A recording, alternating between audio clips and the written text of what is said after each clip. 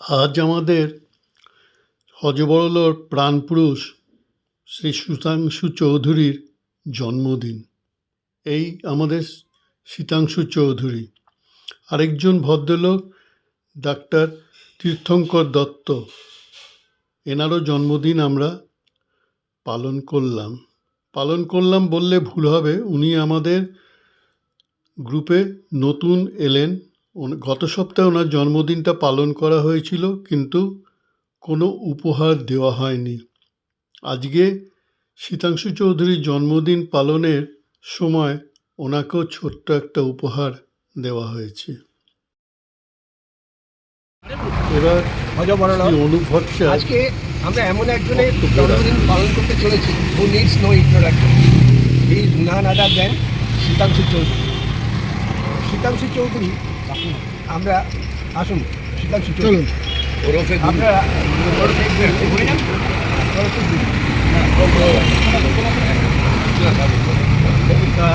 আমরা একটা লাইন কবিতার একটা লাইন আমার মনে পড়লো, কত অজানারে জানাই গে তুমি। শীতাংশু আজকে সেই যা আমরা অনেক কিছু জানি না, শীতাংশু আমাদের জানি না। ওর হিসাবে খুব আগ্রহ এবং পড়াশুনো, এই কোনটা দেখেও বোঝা যাচ্ছে ওর আগ্রহটা কতখানি। মানে যে কোনো ব্যাপারে ওর আগ্রহটা এতটা যে ও ডিটেলস বা কোথায় বেস্ট পাওয়া যাবে সেসবে যায়। দরকার হলে ম্যানেজারকে, গৌবাবুকে, সবাইকে জিজ্ঞেস করবে এটা কী। তো যাই হোক, সেই লোকটাকে নিয়ে আমাদের যে আমাদের প্রতিদিনের চর্চায় থাকে, সেই লোকটার জন্মদিন আজকে আমরা পালন করতে চাই।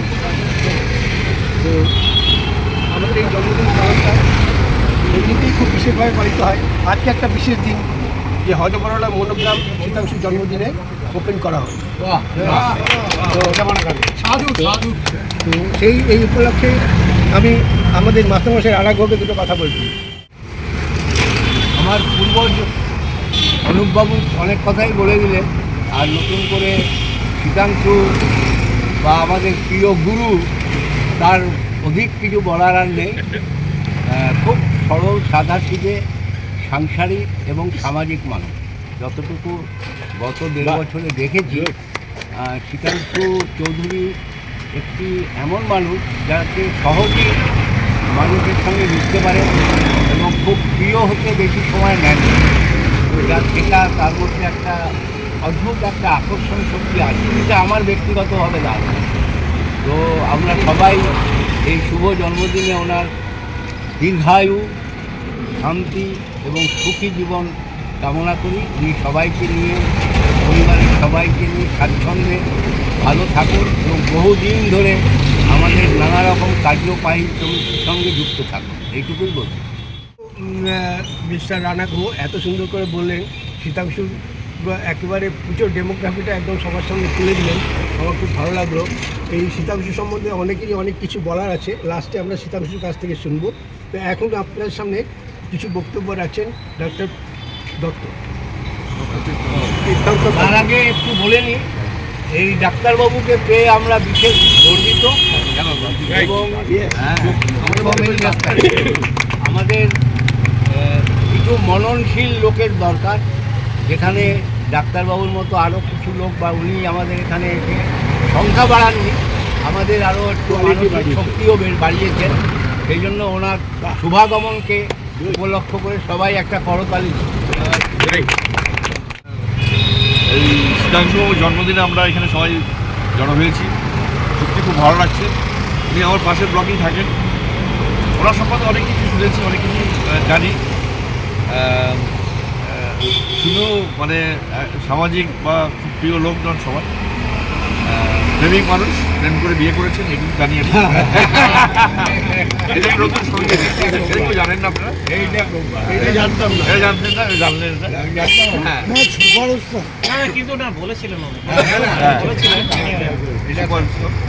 তো সেই জন্য উনি রসিক লোক বটে। তো উনি কথা বলতে খুব ভালোবাসেন। আমি ওনার সঙ্গে কথা বলে খুব ভালো মজা পাই। আর আমার মাঝে মাঝে ওনার সঙ্গে আমি হাঁটি, সাথে উনিও হাঁটেন, আমিও হাঁটি, হাঁটার পার্টনার। তো হাঁটতে হাঁটতে মাঝে মাঝে কথা হয়, তখনই অনেক কথাবার্তা হয়েছে। তো এরকম মানুষকে আমাদের এই সবার মধ্যে পেয়ে আমরা সত্যি আমরা আজকে সবাই খুব উচ্ছ্বসিত। এবং উনি আশা করবো এবং ভগবানের কাছে প্রার্থনা করবো যাতে ওনার দীর্ঘায়ু হয়, উনি ওনার মানে ফ্যামিলিতে যারা আছেন তারাও সব সুখে থাকবে, সবাই ভালো থাকবে, এবং এই বলেই আমি আমার কথা শেষ করছি। আচ্ছা, প্রথমেই আমি আমাদের হজবল্ল গ্রুপের পক্ষ থেকে সুদাকে happy birthday, many many happy return of the day. ওনার আমাদের দু চারটে কথা না বললেই নয়, যেটা তীর্থকর্তা বললেন যে উনি প্রেম করে বিয়ে করছেন, কিন্তু সেটা তো সত্যি, কিন্তু উনি যে পকেটে এরকম গান লিখে ঘুরে বেড়ান সেটা কিন্তু আমরা পরে জেনেছি। ব্যাপারটা কী হয়েছিল, একদিন আমি হঠাৎ অনুদার সঙ্গে তো প্রায় সবসময় ঝগড়া হয়, একদম অনুদা একটা গান গাইলে সঙ্গে সঙ্গে আমরা দুটো তিনটে গান গেয়ে দিই। তা হঠাৎ একদিন কী হলো, হয়তো তোমারই জন্য এটা এই গানটা নেই, আমি তো ইচ্ছে করে ওটাকে ঝগড়াই বলি। তা হঠাৎ কী হলো, আমি দুটো লাইন গিয়ে দিলাম যে হয়তো তোমারই জন্য হয়েছি প্রেমের ধন্য, জানি তুমি অনন্য আশার হাত বাড়ায়। তারপরে আমি তখনই জিজ্ঞেস করলাম শ্রীরামসুদাকে, শ্রীরামসুদা এই গানটা শুনেছেন? মানে বললে মানে আমি মুখের থেকে কথা বেরোয়নি, সঙ্গে সঙ্গে বলে তাহলে পকেটে এটা কি বলে বার করে ওই গানটা বের করে দিলেন। আমি বললাম এটা কার জন্য? মানে এটাই তো গিয়ে গিয়ে প্রেমিকাকে মুগ্ধ করলাম। তখনই আমি বুঝতে পারলাম যে আমাদের এই মানে হজবরলের মানে একজন যে সুপের উৎসব আছেন তার মধ্যে উনিও একজন। অনেক অনেক ভালোবাসা শুভেচ্ছা জানিয়ে আমি আমার বক্তব্য শেষ করছি। ভালো থাকবেন।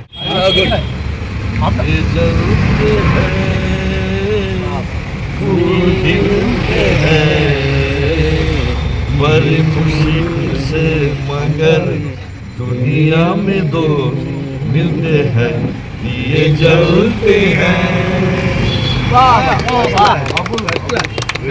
আমি একটা কথাই বলছি, আমরা সবাই অনেক কিছু আলোচনা করলাম, তবে আমাদের একজন মহারত্ন হচ্ছেন মিস্টার চৌধুরী।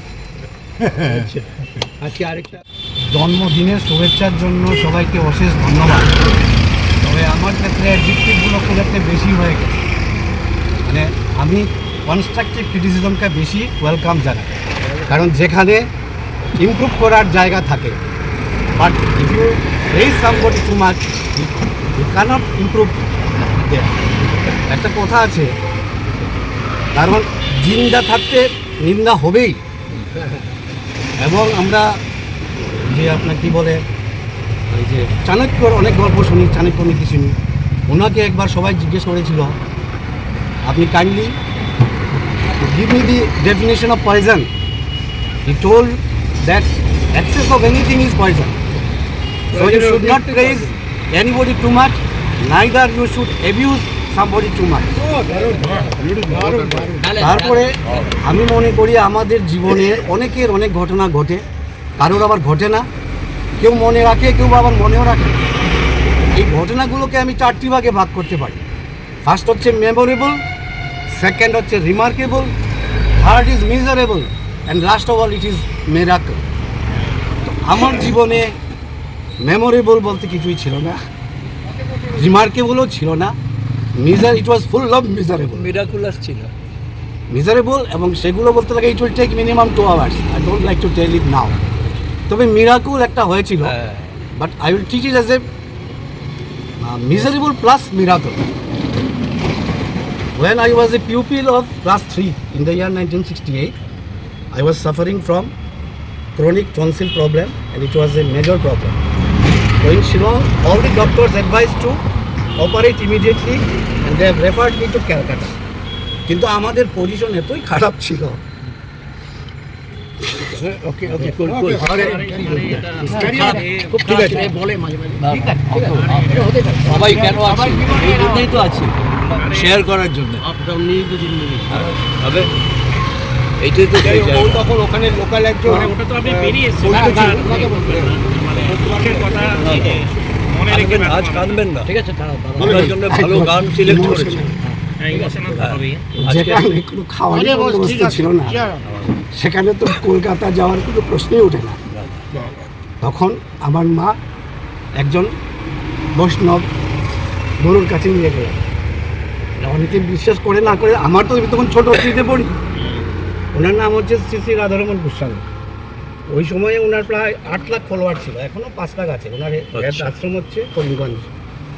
আমি দেবো আপনাকে। আর ওনার একটা বিশেষত্ব ছিল, উনি কালী পুজো করতেন নগ্ন অবস্থায়, but you can not see him anything, কোনো কিছু দেখা যায়, আমি ফটো দেখা পড়ে গুগলসে আছে। তো উনি কী করলেন, আমাকে শুধু পেটে ওনার পাটা লাগালেন, আফটার দ্যাট অটোমেটিকলি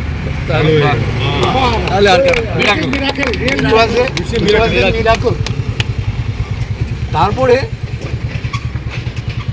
আমি যদি আরও 1-2 জনের কথা না বলি তাহলে বলুন বলুন। হ্যাঁ, একটা বলবো, বেস্ট পার্ট অফ লাইফ হচ্ছে when your family will support you as a friend.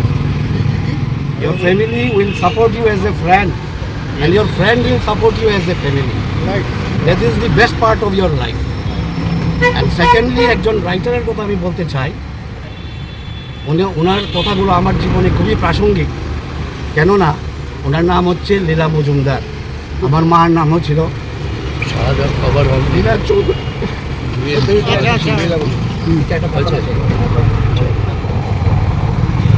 সুন্দর। তো উনি বলেছিলেন যে সম্পত্তি কিংবা শিক্ষার চেয়েও সততা কিংবা সুস্থ থাকাটা খুবই জরুরি। And just to express his views on that point, somewhere she had written that life is not about being rich, nor being highly educated, nor being perfect, or not being popular. It is all about real, humble and kind. সেটাই হচ্ছে আমাদের। এই জন্য আমি বলি যে আমরা যদি ওইভাবেই আমরা চলাফেরা করি তাহলে আমরা জীবনে অনেক উন্নতি করতে পারব। কি সুন্দর। সিদ্ধান্তদার সঙ্গে খুব অল্প কথা হয়েছিল। আচ্ছা, উনি মানে বলতে চাইছিলেন না, কিন্তু হঠাৎ শেয়ার করেছেন। অ্যাকচুয়ালি উনি খুব স্ট্রাগল করে বড় হয়েছেন, মানে সেই স্ট্রাগলের অল্প দু একটা কথা ঠিক আছে, না ওগুলো আজকে না দিয়ে সুখের দিনে দুঃখের কথা না বললেই ভালো। মানে ইট ইজ নট না, না, not necessary. ওনার কথা শুনে বুঝিয়েছি। না, মানে ওনার লাইফটাই মানে শুরু থেকে স্ট্রাগল। এখন আমাদের তরফ থেকে শীতাংশু চৌধুরীর হাতে সিদ্ধার্থ ব্যানার্জি ছোট্ট জন্মদিনের উপহার তুলে দেবেন।